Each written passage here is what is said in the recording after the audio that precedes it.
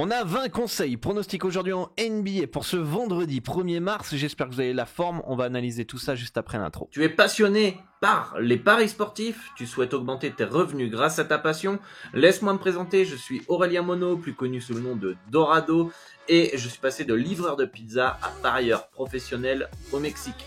Alors cela fait 10 ans que je vis de ma passion et que j'aide les parieurs dans la francophonie à se créer un complément de revenus grâce aux paris sportifs. Tu en as peut-être marre des arnaques dans ce milieu, c'est pourquoi je tiens à te dire que je suis un des rares parieurs à avoir un bilan 100% certifié par une plateforme externe et parmi les tout meilleurs du site. J'ai guidé des centaines de parieurs grâce à mes pronostics ou à travers mes vidéos, mes podcasts et mes conseils. Toi aussi, tu peux réussir en obtenant ton plan d'action directement sur ta boîte mail en fonction de ton capital, de ton niveau et cela totalement gratuitement. C'est unique en France, donc ne perds pas l'opportunité d'apprendre et de gagner à mes côtés.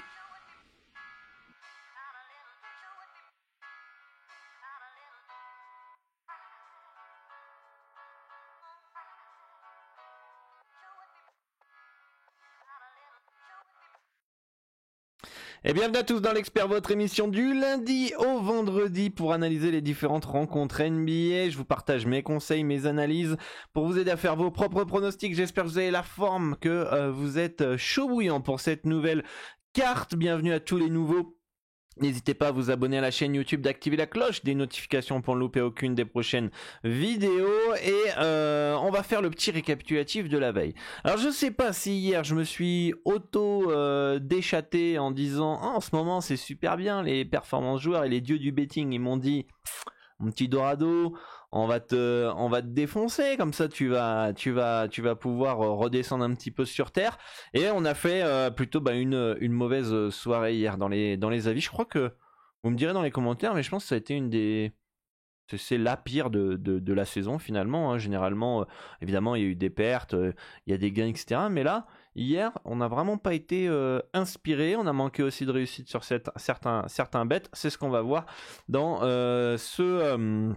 dans ce récap. Donc les Bucks qui se sont imposés 111-99 face aux Hornets. Damien Lillard, très décevant cette année, confirme encore une fois qu'il est très irrégulier cette année. Over 23,5 qui ne passe pas. D'ailleurs aujourd'hui son cut est à 22,5, donc il baisse encore. Lillard qui n'arrive même pas vraiment à dépasser les 20 points régulièrement. Bobby Portis under 7,5 rebonds, il en prend 10, donc voilà, pas mauvaise lecture de cette rencontre. Le Magic d'Orlando avec Suggs qui met bien 2-3 points. Hier soir, on avait mis 3 étoiles dans cette rencontre, dans ce pronostic. Je reprends la vidéo que j'avais mis en pause puisque mon garagiste est arrivé pour régler et réparer la voiture. Ça c'est une bonne nouvelle. Je sais plus où j'étais rendu. Bon, Suggs qui passe son over 1,5, panier à 3 points. Paolo Banchero under 5,5 passes. On manque de réussite sur celui-là. Il fait sa 6e passe, la dernière action du match. Malheureusement ça passe pas. Lauri Markkanen over 31,5 PRP qui ne passe pas, il fait un mauvais match, le Finlandais. Il est pas sur une bonne dynamique en ce moment. Deuxième match, pareil, on manque de réussite dans cette victoire 124-97 des Nets face à Atlanta. Saddiq Bey qui prend 5 rebonds. Il nous manquait un tout petit rebond pour le passer. Les Warriors qui se sont imposés 110-99 à New York. Draymond Green qui met 7 points. Il nous a manqué un petit lancer franc pour le passer. Et Hartenstein, over 7,5 rebonds, il en prend 5. Je pense que physiquement il est touché. Il était incertain avant la rencontre. Et du coup, il a moins dominé dans la raquette. Il a eu moins de temps de jeu aussi, je trouve, par rapport à d'habitude. Moins impliqué. Donc je suis assez surpris qu'il n'ait pas pris plus de rebonds que ça. Et marqué plus de points que ça aussi. Je crois qu'il a mis 0 points. Donc voilà, je pense qu'il n'était pas à 100% le joueur des Knicks. Sochan qui prend 10 rebonds, donc là c'est cool, ça fait zizir. Over 5,5 rebonds qui passe facilement. 110-105 en faveur des Suns, on n'avait rien sur ce match-là. Pareil, rien dans cette rencontre entre le Heat et les Nuggets. 103-97 pour Denver. Et enfin, le dernier match, Tyus Jones qui fait 11 passes, je crois, hier. Et LeBron James qui ne prend toujours pas 7 rebonds. Je pense que LeBron James, on va pas arrêter de le prendre au rebond, mais sauf si son cut il baisse. En tout cas, je pense par son âge, il va plus aller chercher le rebond. En tout cas, très clairement, il va gérer encore plus sur cette étape de la saison où va falloir aller chercher le playing et donc du coup, il va gérer ces moments. Voilà, donc pas foufou la soirée, toujours un peu chiant, notamment les personnes qui viennent dans les commentaires après pour dire voilà c'est pas passé, t'es nul, t'es une merde, etc. Par contre tu les entends pas quand tu passes quasiment tous les over/under des performances joueurs ces 2 derniers jours. T'as pas un merci, t'as pas un GG, t'as rien. Bon voilà, c'est toujours la même chose, c'est un peu usant et un peu fatigant de devoir répéter la même chose à des parieurs qui veulent pas comprendre en fait que les paris sportifs c'est du long terme. Les paris sportifs il y a rien de sûr, que par rapport aux codes que je vous propose qui sont autour de 1,70, 1,95 à peu près dans ces zones-là, il faut 55% de réussite pour gagner de l'argent dans les paris sportifs. Donc je pense que on est plutôt pas mal dans les avis, hein. En tout cas, vous le savez, moi je fais le maximum pour vous donner les meilleures analyses possibles et avis dans mes vidéos.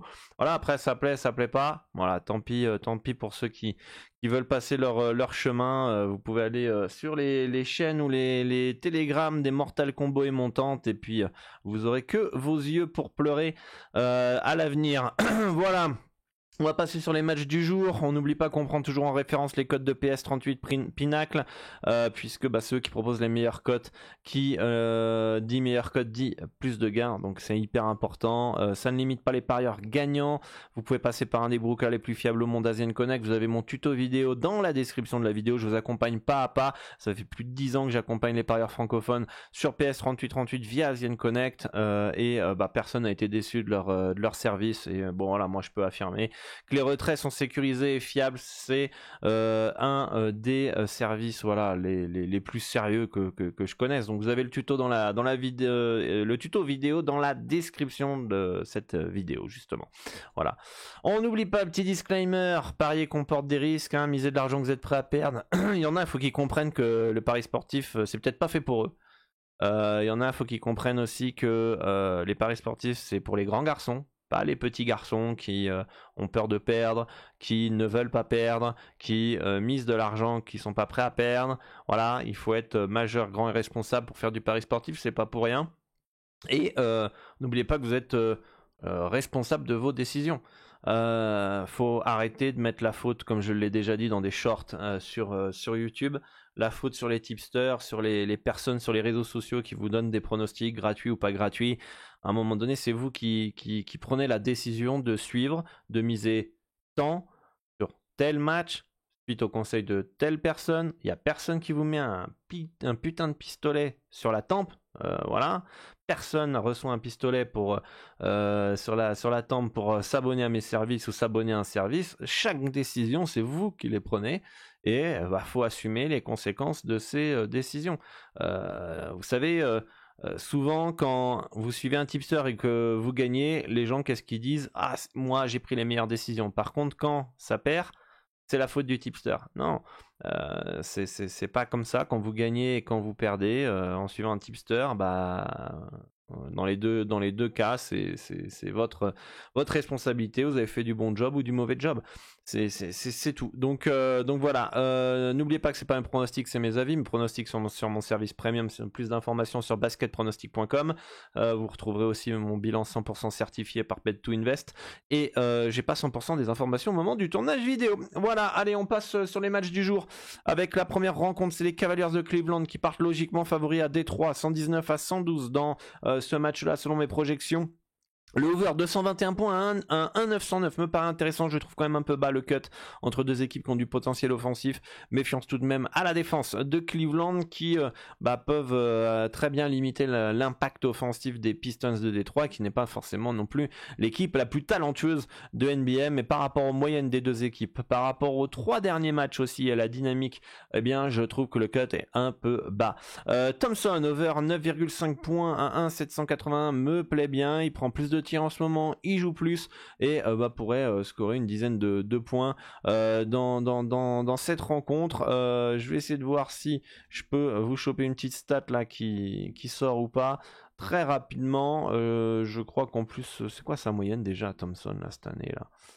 Thompson, il tourne à 8,72 points. Allez, on arrondit à 9 points. Il tourne à 9 points de moyenne par match. Donc voilà, je pense qu'avec les départs, avec les départs de Bogdanovic, d'Alec Burks, etc., je pense que il aura plus d'opportunités pour scorer ce soir. Les Sixers qui reçoivent les Hornets, 114-99 en faveur de Philly, qui partent logiquement favoris. Buddy Hield me paraît intéressant ce soir, over 12,5 points dans ce match-là pour Buddy Hield face à une défense de Charlotte qui est pas folle, hein, même si en ce moment ils sont sur un tempo de jeu qui est quand même très très moche pour les Hornets. Buddy Hield qui tourne à combien? Il est à 12,5 points de moyenne par match. Joel Embiid est toujours pas là, Melton n'est pas là. Je pense qu'il aura des opportunités de tir. Donc pour moi, ça peut être un bon spot pour Buddy Hield ce soir. Boston qui reçoit les Mavericks de Dallas, 129-119 en faveur des Celtics qui partent logiquement favoris pour cette équipe de Dallas en forme en ce moment. Boston aussi, Boston qui est la meilleure équipe de la conférence Est, peut-être je crois que c'est la meilleure équipe à domicile aussi. Très costaud les Celtics cette année, encore plus à domicile.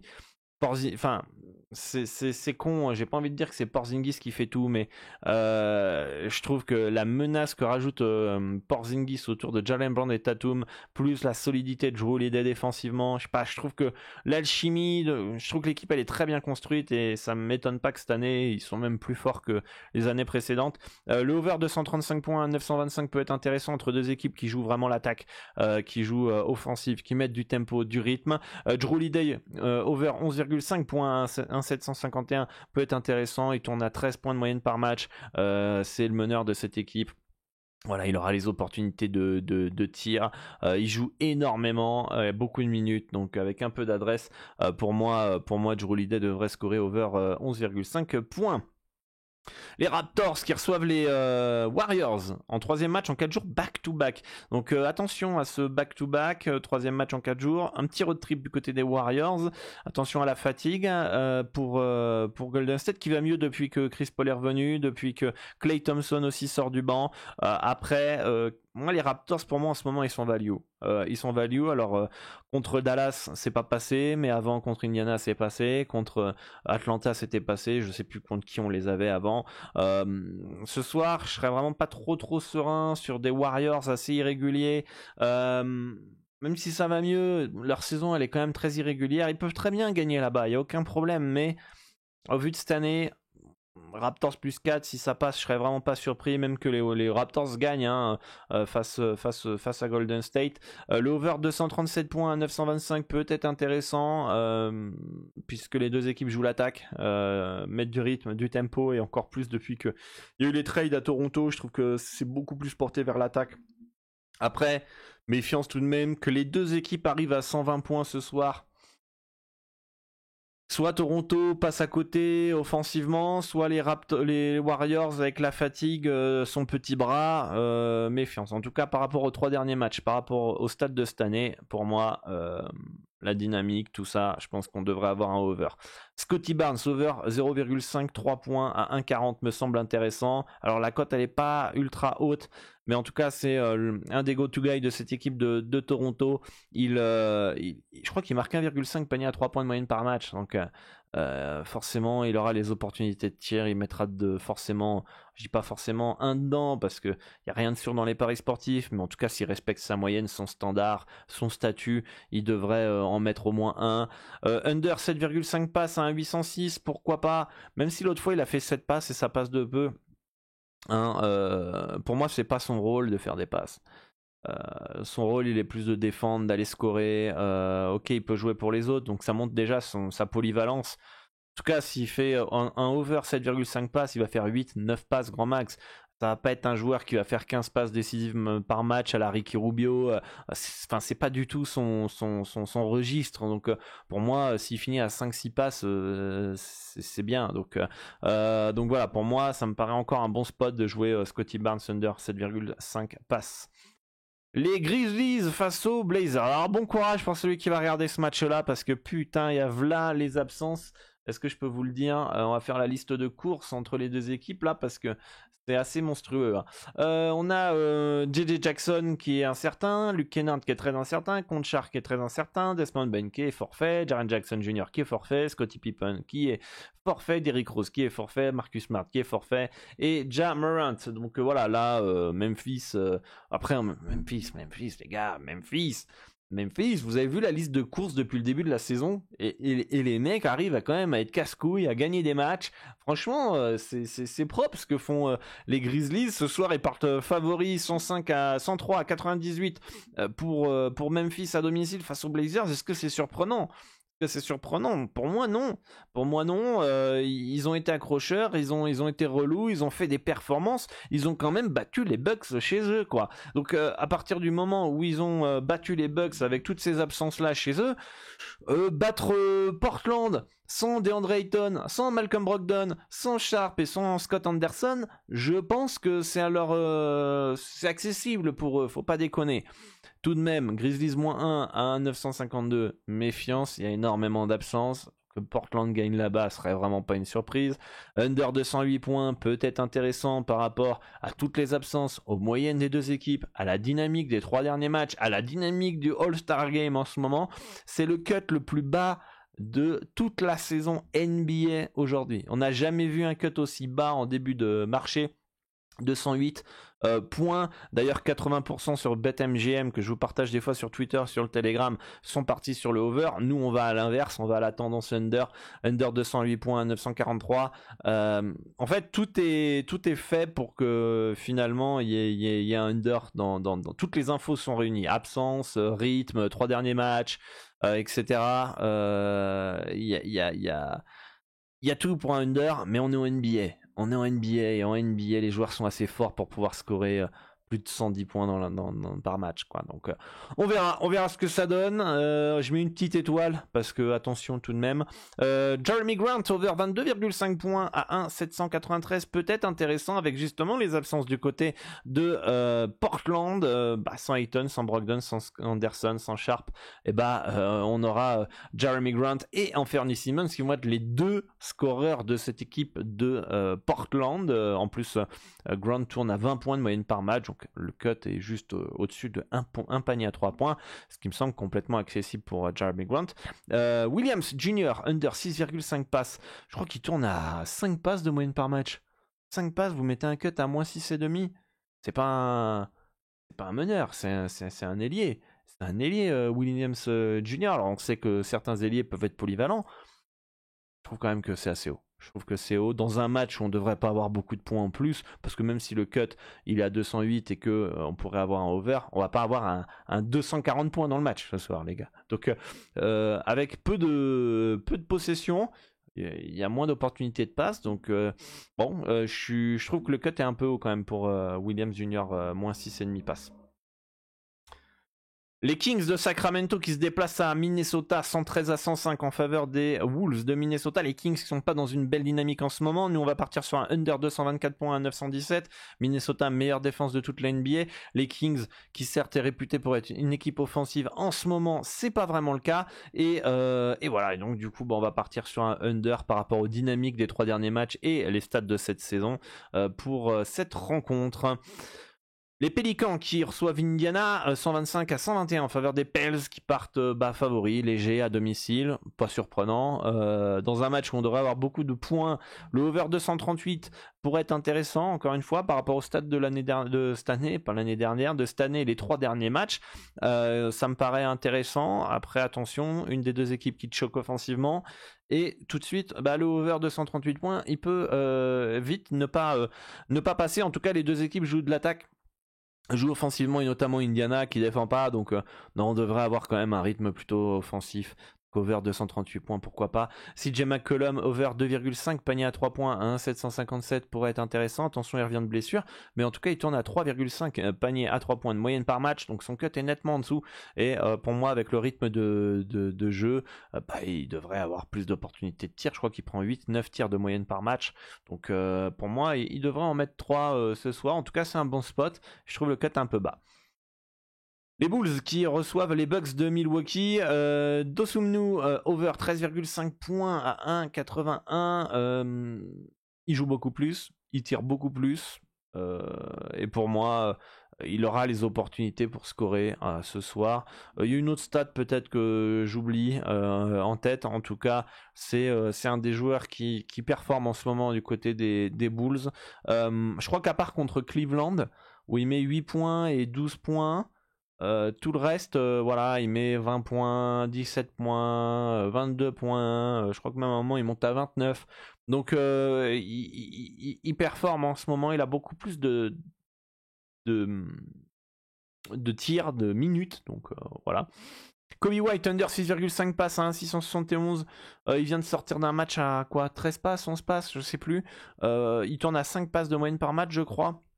Je pense que Kobe White ce soir va plus performer en attaque d'un point de vue scoring que passe. Mais bon, attention, méfiance par rapport à ça. En tout cas, je trouve pas que c'est un meneur gestionnaire, donc c'est plus un meneur scoreur que gestionnaire. Et de toute façon, s'il fait, je crois qu'il tourne à 6 passes, 5 passes de moyenne par match. J'ai plus ses stats en tête. En tout cas, si je l'ai sélectionné, c'est qu'il y a eu forcément une raison. Mais voilà, pour moi, pour cette rencontre. Après, c'est pas forcément la rencontre que j'aime le plus d'un point de vue performance joueur. J'ai vraiment eu du mal à sélectionner, parce que il n'y avait pas grand chose qui me plaisait à première vue. J'ai un peu peaufiné les analyses et je suis tombé sur ces deux-là. Il y avait peut-être le Kobe White over 19,5 points aussi, comme je vous l'ai dit, ou je sais plus à combien il est, son cut. Et puis il y en avait un autre aussi que j'avais sélectionné. Et puis pas ultra, pas confiant, mais voilà, j'en sais rien quoi en fait. J'en sais rien. Limite là, le mieux entre les deux, je dirais que c'est près d'Osmunu over 13,5 points, mais voilà. En tout cas, c'est les deux que j'ai retenus sur ce match-là. Et franchement, je vous aurais mis aucun avis sur ce match-là, ça aurait été la même, je pense. Après, de toute façon, il y a toujours des pistes dans chaque match. Il y a des pistes à proposer. Il y en a qui sont mieux que d'autres. Après, mettre les étoiles, vous savez, quand c'est pas votre stratégie principale et que je dépense pas non plus un maximum d'énergie pour donner à combien d'étoiles, machin, 3, 4. C'est aussi compliqué, donc voilà. Et enfin, la dernière rencontre, c'est les Wizards de Washington en troisième match en 4 jours back-to-back, plus une prolongation hier, qui se déplace aux Clippers. Alors les Clippers qui devraient s'imposer facilement 126-110 face à Washington. Attention, hein, parce que les Clippers, quand ils sont favoris de plus de 10 points ou plus, ils couvrent quasiment jamais l'handicap. Ils l'ont fait que 2 fois sur 10. Donc ils aiment pas trop ce statut de large favori. Donc voilà, de toute façon nous on va pas partir sur l'handicap ni l'over-under, on va partir sur les performances joueurs. Paul George over 2,5 panier à 3 points à 1,85 qui pourrait être intéressant. Il en met 3 en moyenne par match face à Washington qui défend pas, il y aura du rythme, etc. Je serais quand même assez surpris qu'il n'ait pas les opportunités pour marquer 3 paniers à 3 points. Il est peut-être pas vraiment en forme en ce moment. On a vu, il a loupé quelques matchs. Et il tourne à 2 paniers à 3 points de moyenne par match sur les 10 derniers matchs. Après, voilà, 2... si c'est son pire score 2, voilà, on échoue à pas grand-chose. S'il retrouve sa forme et qu'il est en rythme et qu'il profite des brèches défensives de Washington, je pense qu'il peut en mettre 3-4 ce soir sans problème. En tout cas, il a le niveau. Il aura les opportunités pour. Avec plein d'opportunités de tir, et on a Zubac qui devrait prendre plus de 8,5 rebonds ce soir. Il en prend 10 en moyenne par match à peu près, 9, 10, on est entre les deux. Je pense qu'avec le nombre de volumes de tirs qu'aura Washington, en plus face à la défense des Clippers, qui est pas dégueulasse, qui est capable de les faire chier, Zubac devrait avoir des opportunités de rebond.